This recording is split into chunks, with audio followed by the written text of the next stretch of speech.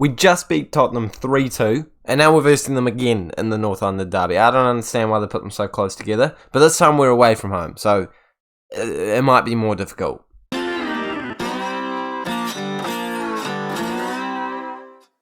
We're top of the league now, with Liverpool just dropping points away from home against Crystal Palace, which was great to see here with the 2-1 loss. So, for us, that means that we are now 1 point ahead of them. But we need to continue winning our games. Since last time we saw each other, we have come away with some great results. 3-0 win away from home against Palace, 3-2 win to Tottenham. Then we got a 4-0 win, to Everton. We lost in the Carabao Cup, but we're not too gutted about that with a rotated squad. 1-0 win against Brentford, and now we're versing Tottenham. In today's episode, we're also going to be simulating to the 1st of January, so we start the transfer window. I can tell you right now, there are transfers that are finalised coming in on that day, but I'm not going to spoil them for you just yet. So that Leicester game and this Tottenham game are coming your way. If you're excited for it, smash the like button, as well as subscribing to the FM24 YouTube channel so you don't miss more Football Manager content just like this. And can we please smash 5 likes on today's video? I'm actually given a target today because I want to see 5 likes at the very least. But since last time we saw each other, as I said, just those games, no transfers. But we have had a couple of players complain about their game time. Surprisingly, Martin Odegaard being one of them. And apparently, again, he's not chuffed with the amount of game time I've given him since the promise. He just picked up an injury, and I'm really, really worried that Odegaard's going to get mad with me. Because, yeah, apparently I'm not giving him enough game time. I don't know, but, yep, alright. Zinchenko, same situation. Just got injured. I'm nervous, but we're jumping into this game without either of them. We'll deal with that when we deal with it. And for now, we've got Tierney and Neves in the starting lineup. Aside from that, is the best 11 possible. Hold on. Silva should be in that best 11 possible. And we're going to jump into this North London derby. 3-2 in the last one. It was a dominant performance, though. If you looked at the XG, I think it was like 1 for them and like a 2.5 for us. Somewhere around that region. So if we can get similar XG here, I don't see any reason we're not going to be beating them once again. Their team is about as good as it is in real life right now, and to be honest, we've improved our team hugely, so I think our team is miles better than them in this save, and in real life I think they're already better than them, so with our improvement maths, we're better. We're better, is what I'm trying to say. And 7 shots to their none after 15 minutes is exactly showing that story for us. It is João Neves into Martinelli. Martinelli back into Havertz. Can't actually quite get it to him, but Rice collects the ball. Saka picks it up. He's trying to cut it back or find someone. He finds Havertz. Havertz turning, passes it to Tierney, and Tierney puts it into the top corner for his first goal of the season and shows me that he should absolutely be potentially pushing for that starting spot ahead of Zinchenko. If you actually compare the two of them, I can tell that they're on a similar wavelength in terms of ability. But Tierney, mate, if you're going to pop up there and score goals in big games, I remember in real life when he was still actually playing for Arsenal, Tierney would always pop up in big games and put in great performances. Honestly, I don't know why we've loaned him out. He's a great player. Really good player. I mean, him, Tomiyasu, then if we, of course, we've got White and Zinchenko. That should be a perfect 4 playing left back, right back. I don't understand why we've... I mean, it's a different approach play to what Arteta plays with, but still, I don't know. I'd like to see a place for Tierney in real life. Obviously, he has just scored in my save, so I'm going to be biased, but I'm pleased with the performance so far. Not quite the XG I was hoping for, but 13 shots to their 3. It does certainly show that we're the better side. 66% possession too. Injuring Maddison as well. I hope that's not for too long, but honestly, it's good to see us putting in a bit of fight in the North London derby. Martinelli playing well, but looking tired, so I'm going to bring him off and bring Gabriel Jesus on. I'm also potentially going to bring off Osimhen at some point soon, although Gabriel Jesus would be the man to... Oh, yeah, of course we can move other players up into there. Who else is looking a wee bit knackered? Let's just get João Neves off and give Smith Rowe a crack in that midfield spot. He deserves a bit of game time here and there. Still pops up and does a decent job off the bench. Definitely not pushing for starting spots, though. It's only João Neves that I think can say that he's actually got a potential chance of overtaking anyone in the starting lineup. But Havertz is still scoring goals left, right and centre. Clearly getting an assist here today. So he's doing pretty decent in that ballpark. But Odegaard, Rice. Rice is probably the closest one to be knocked off because his average rating is always terrible. But I feel like if we took him out, it would make the team weaker. I'm not going to risk doing that. And I am going to risk making a change here. It's going to be Gabriel Jesus to move up top. And we'll bring on Zaniolo, move Havertz into that midfield role and Zaniolo into the cam position. And Alexander-Arnold's a bit tired too, so let's shore up the defence with White at right back and see how that goes for the last couple of minutes. It doesn't seem like an exciting North London derby, but as long as we get all 3 points, I'm not going to complain. 7 minutes of additional time could be a real worry for us, but it seems like it's flying by and nothing's going to happen, and we come away with a win. And that is 6 points from 6 from North London derbies this year. And you know what? As an Arsenal fan, I would take that. I would absolutely be fine with a boring game as long as we get the result. Every single win is a win, and we're thrilled with that one. I actually am curious though. Martinelli and Saka, I feel like they've been really quiet recently, although Saka has just asked for an improved deal. 5 goals, 6 assists. 11 goal contributions from 17 games. That's poor from him. 6 goals, 4 assists. Again, that's really poor. I expect a wee bit better from those boys. And Richards wants an improved deal for Saka. I mean, you're already on a lot of money, man. I'm gonna ask Saka to sack his manager.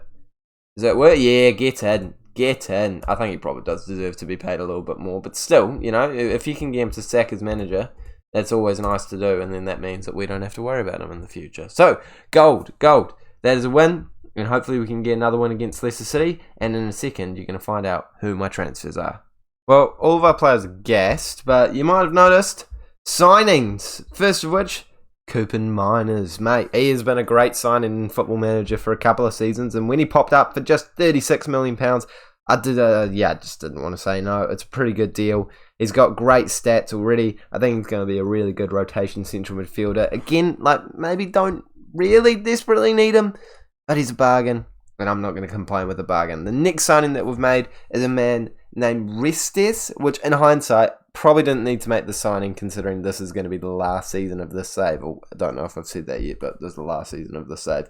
But a great one for the future if I was going to do it for longer. I don't know. I feel like even when I'm finishing a save, I still like to finish it in a realistic way. But he's going to get loaned out, of course, because we've got Raya and Ramsdale. But he's a great pickup just for that future development. And another man for future development, but should be in the first 11, is, I don't know how to say his name, but we're going to say Naipan, and I hope I'm not saying it too incorrectly. But he has got incredible potential, and he comes in for just £2.7 million. Now, this man is a wonder kid and a half, and I'm going to put him straight onto the bench for today's game, considering the fact that just about everyone else is exhausted, and this is the best team we can scrap together. Oh, let's give him a debut. Why not? Emery can be off, and Koopman Miners. Yeah, that works. Let's give it a whirl. Osman, Jesus, Smith Rowe, Saka, Naipan, Koopman Miners, Alexander-Arnold, White, Gabriel, Ramsdale, Zinchenko. Zinchenko's still not quite fully fit, but I'm playing him because he's going to whinge if I don't. And Odegaard is almost definitely going to whinge. I'm so nervous about it because he is still not match fit. But away from home against Leicester City, I back us even with a rotated squad. We need to give the new players squad numbers. So let's go 28 and 26, 14. For Arsenal, I feel like it has to be an attacker. I can't in all good faith give that to anyone but a Thierry Henry-esque player. But we're jumping into this one, hoping for another win. I forgot to tell you what happened in the last game off camera. Oh my gosh, that was a terrible form. But a good team. Still some names that we know are going to be good players like Drewsbury Hall, even this Christensen and Ndidi on the ball, Cody on the ball. Good team, but just clearly not putting together the results, unlike what they had at the start of the season. Remember, they were second place with us at one point. But anyway, off camera, the game against Aston Villa ended up being, I want to say, a 3-0 win. If not 3-0, it was 2-0. I need to check that right now. As a goal might be ruled off for offside. Yeah, no, 3-0 win. Last minute penalty from Rafinha made it 3-0. Is that going to be a goal though? Osman needs a goal for confidence, and it is awarded. And Koopman Miners gets an assist on his debut, which is 2 positive things going on straight away. And actually, as I said, Declan Rice not been that outrageously good recently, so he is going to have to pick up his game if he wants Cooper Miners to not take his spot on the first team, as currently he's gotten 1 assist from 10 minutes of Arsenal football. So let's see if that record can continue. What would that be? 9 assists per game in a season. That would be 90 for every 10 games. So 30, so 270 times another 10. So 360 minus 29, so 360 minus 18, 42. 342 assists in a season. Clearly he's not keeping it up because he hasn't gotten another assist. But, it's quick maths from me. You've got to say that wasn't half bad maths from Rex or FM there. Smith Rowe into Osimhen. Osimhen trying to get a hold of the ball, doesn't quite do it, but we win it back. Smith Rowe in that cam position, trying to fight for possession, manages to get it. Gabriel Jesus into Naipan on his debut. Oh no, plays it to Saka unselfishly, and Saka's absolutely blasted that into no man's land. Wide, high, terrible. Just not even close. That is shocking from Bukayo Saka. Not even close to finishing his dinner there. But Naipan and Cooper Miners both playing on decent ratings so far in this game. So cannot complain from the new signings. And you cannot complain with the result so far as we win 1-0 at this current point in time going into the halftime break. Cooper Miners, I think, hitting the post there. Oh no, forcing a save from the goalkeeper from quite a distance. Oh, Osimhen with a free header. Kind of expecting to do slightly better from that position, but hey, it is what it is, and we move on. At least we're still winning this game, and I think for the rest of the game we should be able to keep this result going. They're down in the relegation zone. We're top of the table, and currently looking like we might be 3 points clear of Liverpool, which would be a brilliant place to be going into the second half of the season. And if we could get another goal here, that would solidify that. Gabriel Jesus does do it, and it's Cooper Miners with another assist, mate, to even 2 assists, each game.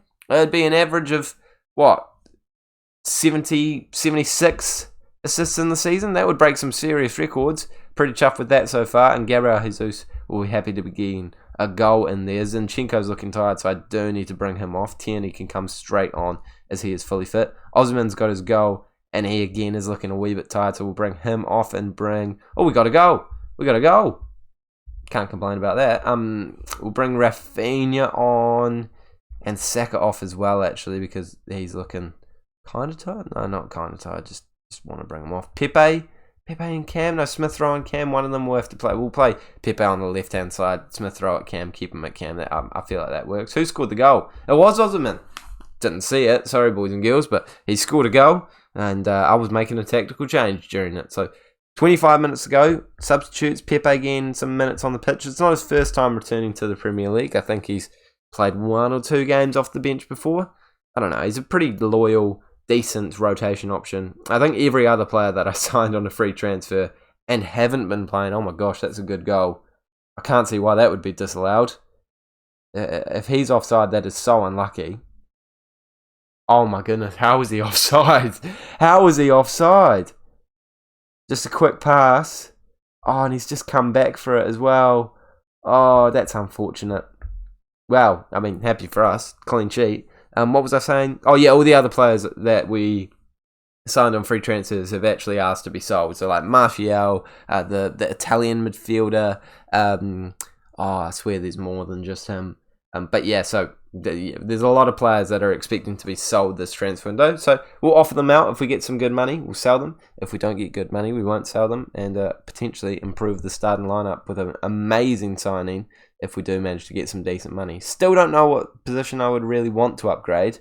It would just kind of be whatever's available, whatever's in the market, whoever's there for a half decent price. And I guess with this last season confirmed now, I may as well just blow it all on a really good player. But here's Roosbury Hall into their midfielder, I guess. Ramsdale putting it just wide of the post in the last minute, so it would be very disappointing to lose the clean sheet here. But I don't think we're going to.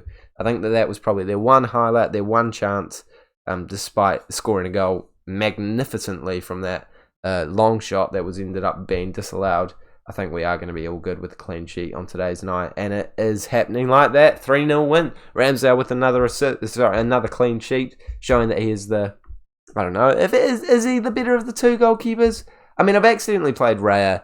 Like I played him in a cup game and forgot to change him back, or I've auto-selected and it's put him in and I haven't noticed, so like I think there is definitely a bit of a suggestion that Raya is the better of the two goalkeepers, but 12 clean sheets from 19 appearances, you can't drop him from that. But then again, Raya has played 2 games and only gotten 2 clean sheets, so I guess either way.